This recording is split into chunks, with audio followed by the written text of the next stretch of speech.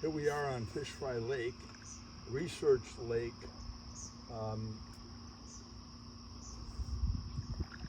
for Floating Island International. That's a company that I'm one of the founders of. We launched commercially in 2005. Here's a passive floating island. It exemplifies at this point, more than 11,000 floating islands that we have in place around the world that have been built and launched by licensed manufacturers of Floating Island International. Where we are right here, Shepherd, Montana, on Fish Fry Lake, is our Research and Development Center. It's where products around Biohaven technology, a form of floating treatment wetland, have been developed and launched and tested since 2005. Today we have 4 manufacturers around the world building biohavens of various embodiments. Passive floating islands like that one, or like the one further to the right over here, they are wonderfully effective at habitat creation. They're wonderfully effective at nutrient cycling, but when we make them more dynamic, when we add circulation to them, they become 4.5 times minimum more effective at nutrient cycling. There's some wonderful islands on my right over here. We're coming up on them, and when you, there you go. Yeah, these exemplify the passive floating islands that we're talking about. Notice the fact that these islands are dominated almost exclusively by perennial plants, native perennials with long roots. The perennials are different than annuals in that they invest far more heavily in their root systems. Those roots and the root hairs contribute hugely. They account for about 80% of the nutrient cycling that islands can achieve. The biofilm that's present on the islands is the key component to that. It accounts for more than 80% of the nutrient cycling efficacy. So, look at the ducks and bugs. That's neat. You're into the sun though, I'm afraid. Yeah. So anyway, let's move on to a dynamic floating island, a dynamic biohaven.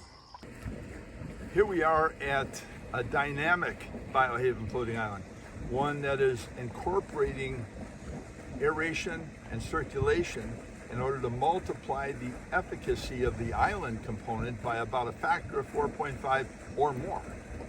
We're doing this all over the world.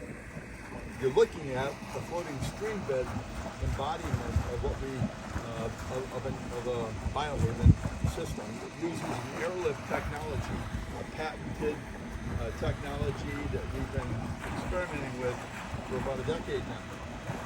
We have these happening all over the world, and they're assisting us around water quality. All of this leads to Floating Island International's current climate action initiative. We're taking what we've learned over the last literally 20 years now, and we're beginning to take on a form of greenhouse gas called methane, biogenic methane. Biogenic methane, which breaks down into carbon-12. Biogenic methane currently is very probably the most significant, the largest volume of methane occurring on planet Earth today. And nobody is tackling it, not yet. We are the very tip of the spear around ultimately mitigating biogenic methane. And that's why we're interested in talking with you in Canada about potentially Canada being part of the leading edge of this effort. In any case, Floating Island International is a very small company. However, we're operating on a licensed manufacturing basis, which gives us more reach. And I'm very proud to say, I'm pleased to say that we've developed a reputation for hard science integrated with a passion for the environment. That's what we're about. And now as we move into mitigation of biogenic methane, we're energized. There's so much work to do. In any case, let's take a look at how we mitigate methane. One more look at the naturalized standard passive biohavens. Doing their work primarily oriented around two things: habitat creation and water quality enhancement.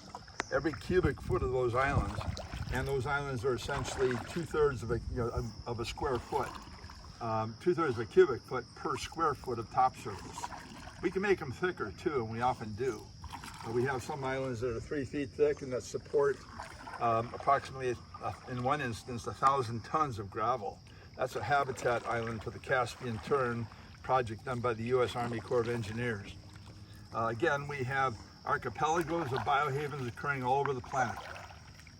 Here we are at the first embodiment of Nanohaven. Passive islands between here and there, Nanohaven actually generating a new form of oxygenation, which when combined with our other oxygenation technology, like the floating stream bed, represents an incredible new window of opportunity around mitigation of methane, biogenic methane. In fact, that's a hot spot for methane production back there. We've got 2 of them on our research lake that we're tracking, we're quantifying, and we're extrapolating our ability to ultimately prevent that methane and earn carbon credit for tens of thousands of clients around the world. That's the window of opportunity that our Climate Action Initiative represents. Thank you for reviewing this information. I very much look forward to visiting with you in just a day or two. Thank you. Bye.